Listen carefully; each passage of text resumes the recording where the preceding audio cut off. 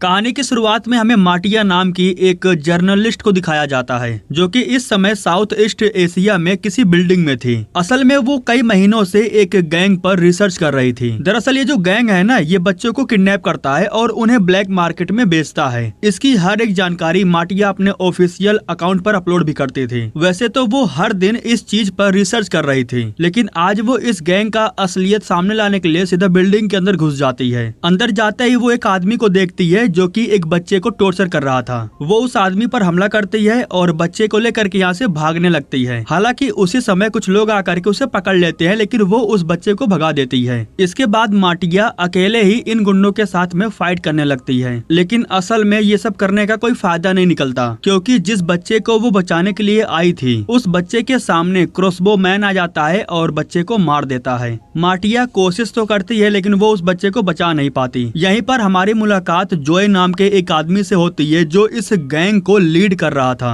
मतलब कि ये जो बच्चों का कारोबार हो रहा है ना, वो उसके अंडर में ही हो रहा है। अब ये लोग माटिया के साथ में क्या करते हैं ये हमें नहीं दिखाया जाता। सीन शिफ्ट होता है और हमें किम नाम के एक आदमी को दिखाया जाता है। रैनी नाम की उसकी एक बेटी है। एक चीज ध्यान देना, किम गूंगा है, वो बोल नहीं सकता, इसलिए वो अपनी बेटी से साइन लैंग्वेज के थ्रू बात करता है। और दूसरी खास बात ये है कि उसकी बेटी ही उसकी पूरी दुनिया है, क्योंकि उसकी बेटी के अलावा इस दुनिया में उसका और कोई नहीं है, इसलिए वो अपनी बेटी से बहुत प्यार करता है। इसके बाद हमें नवीन नाम के एक आदमी को दिखाया जाता है जो थॉमस नाम के एक आदमी से जाकर के मिलता है और वो उससे कहता है कि मेरे पास एक कस्टमर है, वो पूरे 3 मिलियन देने को तैयार है, लेकिन बदले में उसे अच्छा वाला माल चाहिए। नवीन उससे ये भी कहता है कि मुझे तुम्हारे बॉस से मिल करके उनसे डील करनी है। इसके बदले में नवीन उसे कुछ पैसे भी देता है। इसके बाद हमें मालूम चलता है कि जिस जर्नलिस्ट को हमने मूवी के शुरुआत में देखा था माटिया, नवीन उसका हस्बैंड है और वो अपनी बीवी माटिया की तलाश कर रहा है, इसीलिए वो धीरे धीरे कुछ सबूत वगैरह इकट्ठा कर रहा है। अब वो इन गैंग वालों की सच्चाई लोगों के सामने लाना चाहता है, अपने बीवी का आधा अधूरा काम पूरा करना चाहता है। एक दिन किम जब अपनी बेटी के साथ सैलून में गया होता है तो वहाँ पर उसकी जो बेटी थी वो किसी वजह से उससे नाराज हो जाती है, तो इसलिए वो बाल नहीं कटवाती है और उठ करके बाहर चली जाती है। हालांकि किम उसके पीछे जाने वाला था, लेकिन यहाँ की जो वर्कर थी वो उसे रोक लेती हैं और उसकी बेटी को लाने के लिए एक वर्कर को भेज देती हैं। इधर रायनी जब गुस्से में अपना मुंह बनाकर जा रही होती है, तभी अचानक से उसके सामने एक बच्चा भागते हुए आता है। इस लड़के का नाम लुइस था।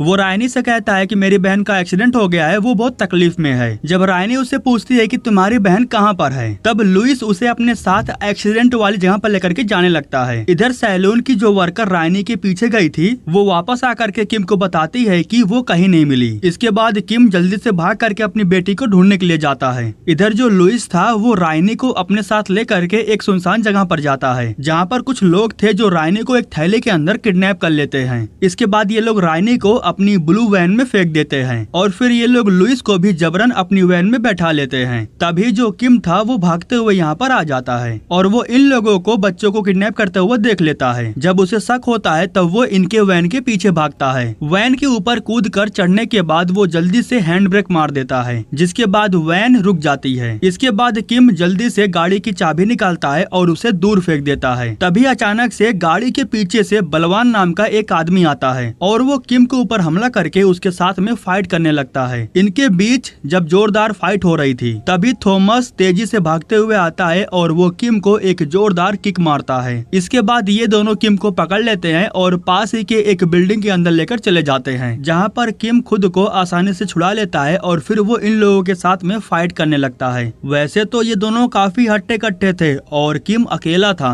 लेकिन फिर भी किम इनसे फाइट करता है और वो बलवान को जख्मी कर देता है। इसके बाद वो थॉमस को जख्मी करने के बाद वापस गाड़ी में आकर के अपनी बेटी को ढूंढने लगता है, लेकिन तभी थॉमस वापस से भाग करके आ जाता है और वो किम पर हमला कर देता है। एक बार फिर से इन दोनों के बीच में फाइट शुरू हो जाती है और किम फिर से थॉमस को जख्मी कर देता है और तभी किम को रायनी एक थैले के अंदर मिलती है। तभी थॉमस उसे अपनी तरफ वापस खींचता है। वो थॉमस पर हमला तो कर देता है, लेकिन उसी समय यहाँ पर बलवान आ जाता है जो कि किम पर हमला करता है और फिर उसके साथ में फाइट करने लगता है। इस दौरान वो किम को धक्का दे करके गाड़ी से नीचे गिरा देता है। तभी ड्राइवर गाड़ी को स्टार्ट कर लेता है और फिर यहाँ से भागने लगता है, लेकिन किम एक बार फिर से खड़ा होता है और तेजी से भाग करके गाड़ी का पीछा करता है। उसी समय रायनी भी होश में आ जाती है और वो अपने डैड को आवाज लगाने लगती है। उसे उसे चुप करवाने के लिए बलवान उसे उठा करके गाड़ी के नीचे लटका देता है। किम बेचारा अपनी पूरी ताकत लगा करके भाग रहा था, लेकिन वो दोबारा इन तक पहुंच पाता उससे पहले ही उसका एक्सीडेंट हो जाता है। इसके बाद वो बहुत ही बुरी तरीके से जख्मी हो जाता है।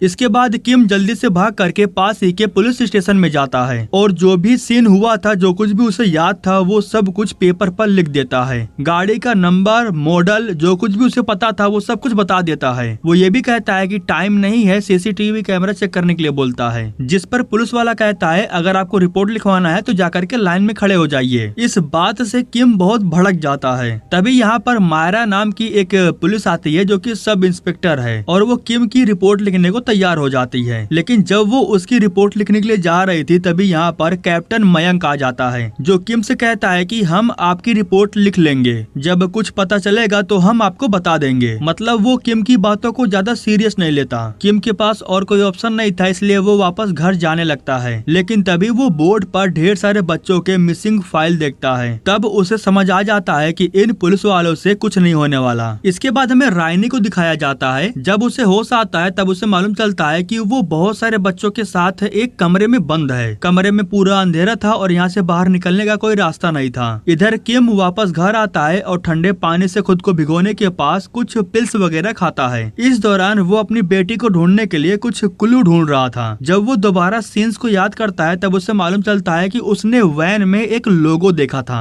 इसके बाद वो तैयार होकर के कहीं पर जाने के लिए निकल पड़ता है। असल में वो लोगो एक क्लब का था। इसी क्लब के अंदर बॉक्सिंग रिंग भी बनाया गया था और ये काफी फेमस क्लब था, तो इसलिए किम को इस जगह के बारे में पता था। वो यहाँ पर आता है और खड़े होकर के वेट करने लगता है। कुछ समय के बाद वो थॉमस को उसी क्लब के अंदर जाता हुआ देखता है। यहाँ हमें मालूम चलता है कि थॉमस के साथ नवीन भी है। इनका पीछा करते हुए किम भी क्लब के अंदर चला जाता है। असल में अपने बॉस से मिलवाने के लिए थॉमस नवीन को लेकर आया था। एंट्री गेट पर हम बलवान को देखते हैं जो नवीन को ऊपर से लेकर के नीचे तक चेक करता है। कुछ न मिलने पर वो नवीन को अंदर जाने देता है। अंदर उसकी मुलाकात मिस्टर सोंग से होती है जो इस पूरे क्लब को चला रहा है और वो यहाँ के सबका बॉस है। नवीन उसे बताता है कि बंदरगाह पर मुझे ग्राहक मिल गया है। कुछ दिनों में वो निकलने वाले हैं, लेकिन निकलने से पहले उन्हें माल चाहिए। इसके बदले में वो 3 गुना पैसे देने के लिए तैयार हैं। नवीन के कॉलर में एक छोटा सा सामान लगा हुआ था। इस सामान पर किसी ने ध्यान नहीं दिया। असल में इसमें एक छोटा सा कैमरा लगा हुआ है जो सब कुछ रिकॉर्ड कर रहा था और वो इन्हें पूरा कैश देने वाला था। लेकिन नवीन ये कहता है कि पहले मैं देखूंगा। इधर किम जब ऊपर जाने की कोशिश करता है तो कुछ लोग उसे गेट पर ही रोक देते हैं और तभी थॉमस उसे पहचान भी लेता है। किम अपनी बेटी का फोटो निकाल करके उसे दिखाता है, लेकिन तभी थॉमस उस पर हमला करने की कोशिश करता है। किम खुद को बचा लेता है और फिर उसके साथ में फाइट करने लगता है, लेकिन तभी थॉमस उसके ऊपर एक बोतल फोड़ करके नीचे भाग जाता है और नीचे जाने के बाद वो अनाउंस करता है कि उसके पास बंदूक है। इतना सुनते ही लोग काफी डर जाते हैं और वो क्लब से बाहर भागने लगते हैं। इस दौरान मिस्टर सोंग के पास एक आदमी आता है और वो इन्हें बताता है कि एक लड़का गन लेकर के अंदर घुस आया है। मिस्टर सोंग को लगा कि इसके पीछे नवीन का कोई हाथ है और तभी वो अपने आदमियों से कहता है कि इसे खत्म कर दो। उसके 2 आदमी नवीन को खत्म करने के लिए आते हैं और फिर इनके बीच में फाइट शुरू हो जाती है। कुछ ही समय में पूरा क्लब खाली हो जाता है और फिर किम सारे आदमियों के साथ फाइट करने लगता है। थॉमस भाग करके रिंग के अंदर जाता है, लेकिन किम वहाँ पर भी पहुँच जाता है और जब वो उसे मार रहा था तभी यहाँ पर एक आदमी आकर के किम पर हमला कर देता है। इस दौरान थॉमस को मौका मिलता है, वो रिंग के बाहर जा करके बाहर से दरवाजे को लॉक कर देता है। किम भी हार नहीं मानता है। वो अपने पास से एक छोटा सा हथियार निकाल करके इन लोगों के साथ फाइट करने लगता है। एक एक करके न जाने वो कितनों को जख्मी कर देता है। इधर जो नवीन था वो खुद को छुड़ा करके जैसे ही बाहर आता है तो उसी समय थॉमस भी भाग करके ऊपर जाता है। इस दौरान थॉमस गलती से नवीन से जाकर के टकरा जाता है और इस टक्कर की वजह से थॉमस गलती से ऊपर से नीचे रिंग में गिर पड़ता है, जिसकी वजह से मौके पर ही थॉमस की मौत हो जाती है। लेकिन इस चीज की वजह से किम को नवीन पर गुस्सा आता है।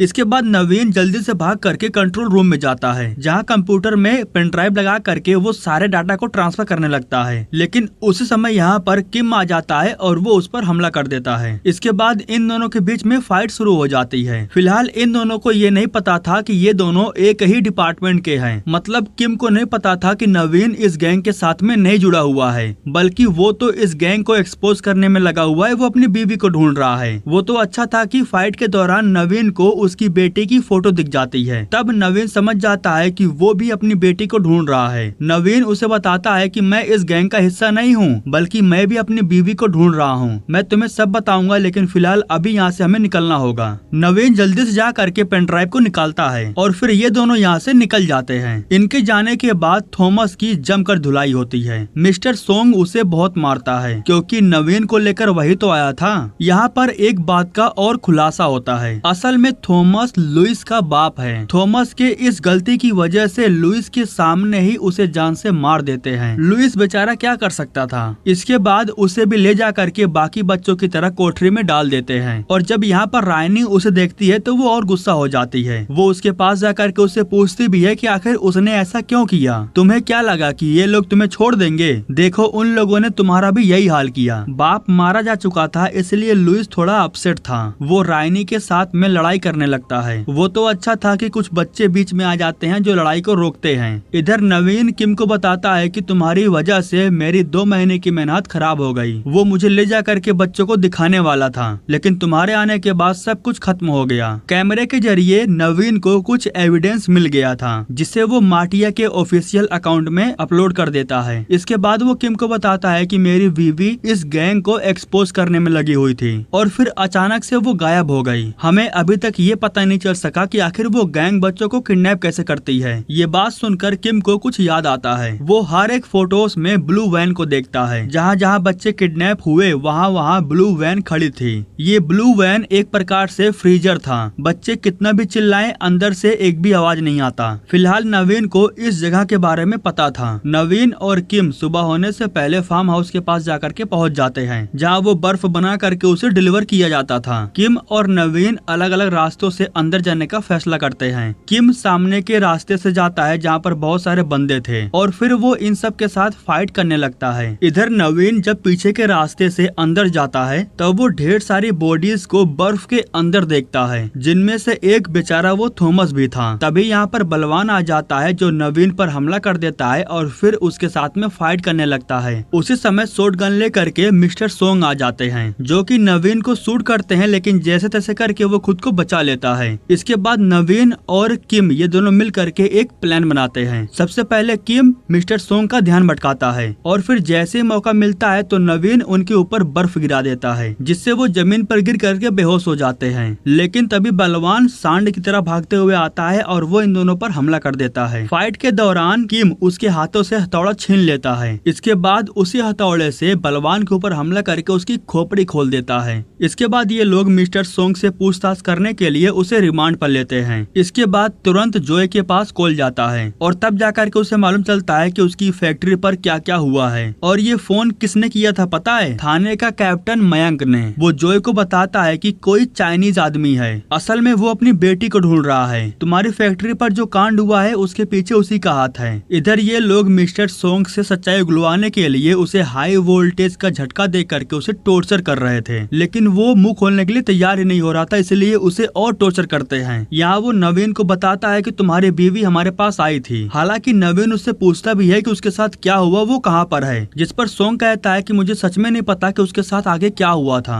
नवीन को लगा कि वो झूठ बोल रहा है, इसलिए वो उसे और झटके देता है। इसके बाद सोंग इन्हें बताता है कि मैंने उनके मुंह से स्नैग पिग नाम सुना था। ये वही जगह है जहाँ वे सबको रखते हैं। इस जगह पर जाने के बाद तुम्हें सारे जवाब मिल जाएंगे। इसके बाद ये लोग मिस्टर सोंग को आजाद छोड़ देते हैं। वो अपना बोरिया बिस्तर लेकर के यहाँ से कल्टी मार रहा था, लेकिन तभी अचानक से यहाँ पर क्रॉसबो मैन आ जाता है जो उस पर हमला कर देता है। यहाँ जोय भी आया हुआ था, जो मिस्टर सोंग से पूछता है कि तुमने उन दोनों को क्या बताया। इधर नवीन और किम ये दोनों उस स्नैक पिग वाले बिल्डिंग के पास आकर पहुंच चुके थे। बिल्डिंग के अंदर जाने के बाद नवीन सबसे पहले इंस्टाग्राम पर लाइव आ जाता है और वो लाइव के थ्रू सबको बताता है कि अभी मैं उस बिल्डिंग में हूँ जहाँ पर बच्चों को किडनैप करके रखा जाता है। इस लाइव को बहुत सारे लोग देख रहे थे। थोड़ा सा अंदर जाने के बाद कुछ गुंडे यहाँ पर आते हैं, जिनके साथ में इनकी फाइट शुरू हो जाती है। किम और नवीन दोनों इन गुंडों से फाइट करके इन्हें खत्म कर देते हैं। उसी समय यहाँ पर रायनी काफी बच्चों के साथ यहाँ पर आ जाती है और वो तुरंत जा करके अपने पिता के गले लग जाती है।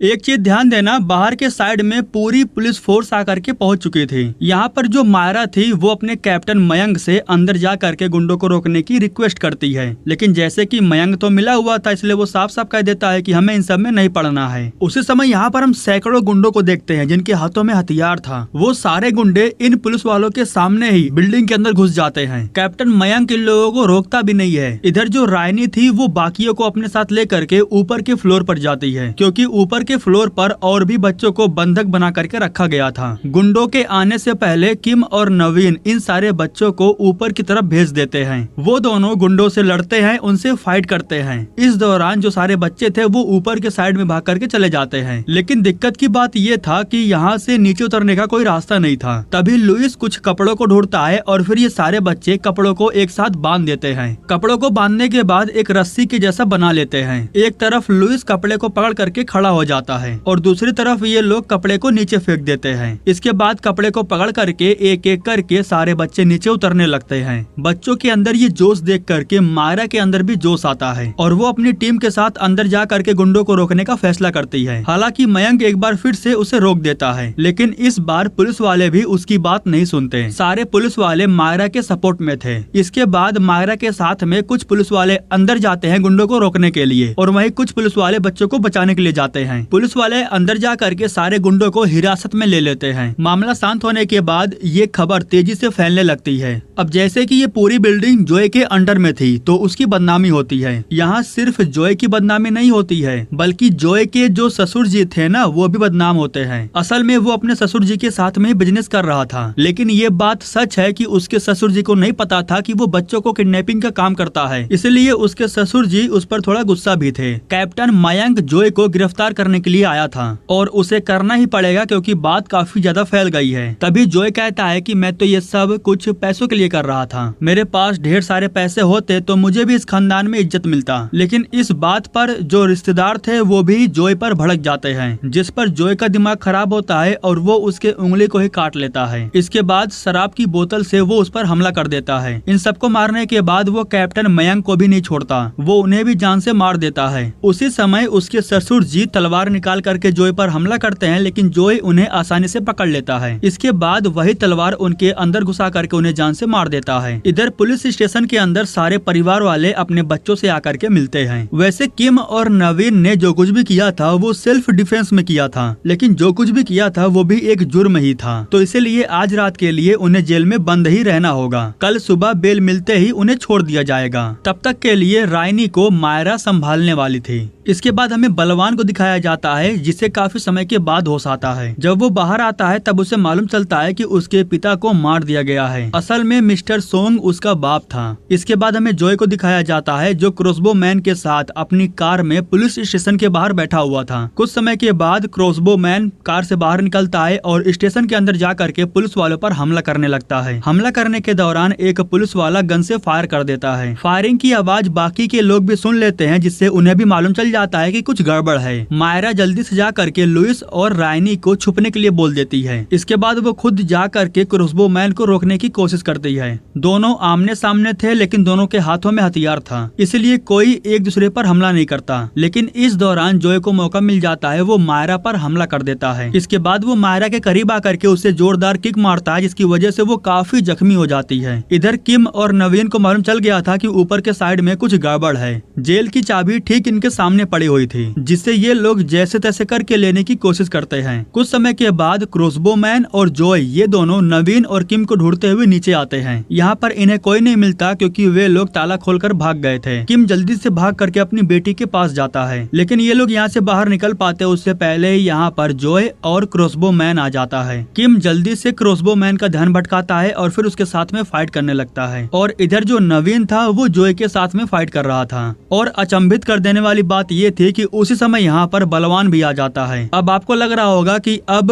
2 वर्सेस 3 होने वाला है, लेकिन फिलहाल ऐसा कुछ भी नहीं था। असल में बलवान जोय को मारने के लिए आया था क्योंकि उसी ने उसके बाप को मारा था। बलवान उसके साथ में फाइट करता है, लेकिन हैरान कर देने वाली बात ये थी कि समझ में नहीं आ रहा था कि यहाँ कौन किसको मार रहा है। और भाई सच बताऊं ना तो 15 से 20 मिनट तक सिर्फ ये फाइट चल रही थी, मतलब मरने का नाम नहीं ले रहे थे और फाइट खत्म ही नहीं हो रही थी। इधर जो नवीन था वो क्रॉसबो मैन के साथ में फाइट कर रहा था और उसे काफी जख्मी कर देता है। एक वक्त ऐसा आता है जब क्रॉसबो मैन नवीन को काफी जख्मी कर देता है, लेकिन इस दौरान नवीन भी उसे अपने दांतों से काट करके काफी जख्मी कर देता है, जिसकी वजह से क्रॉसबो मैन की मौत हो जाती है। लेकिन नवीन भी काफी जख्मी हो गया था, इसलिए उसके भी बचने का कोई चांस नहीं था। इधर बलवान, किम और जॉय इन तीनों के बीच में फाइट हो रही थी। फाइट के दौरान किम थोड़ा जख्मी हो जाता है। जब बलवान और जॉय के बीच में फाइट हो रही थी तब जॉय को गलती से चाकू मिल जाता है और उसी चाकू की मदद से वो बलवान पर हमला कर देता है और इस तरह से बलवान की मौत हो जाती है। इसके बाद जॉय जा करके किम की बेटी को ढूंढने लगता है। वो रानी को ढूंढ लेता है और फिर उसे घसीटने लगता है, लेकिन उसी समय यहाँ पर किम भागते हुए आ जाता है और वो जॉय पर हमला करके खिड़की के जरिए बिल्डिंग के नीचे कूद जाता है। दोनों बिल्डिंग के नीचे जाते हैं और फिर दोनों के बीच में ये साइकिल वाली फाइट शुरू हो जाती है और यहाँ पर भी इन दोनों के बीच में काफी लंबे समय तक फाइट होती है। आखिरी में किम उस पर हमला करके उसे खत्म कर देता है। वैसे तो वो मर गया था, लेकिन फिर भी किम अपनी भड़ास निकालने के लिए उसे और मारता है। वो तो अच्छा था कि बीच में रानी आ जाती है जो अपने पिता को रोकती है। कहानी 1 महीने बाद शिफ्ट होती है, जहाँ हम देखते हैं ये लोग मरे हुए लोगों के अस्थियों को विसर्जित कर रहे थे। किम अपनी बेटी के साथ वापस खुशी खुशी रहने लगता है और इसी के साथ ये कहानी यहीं पर खत्म हो जाती है।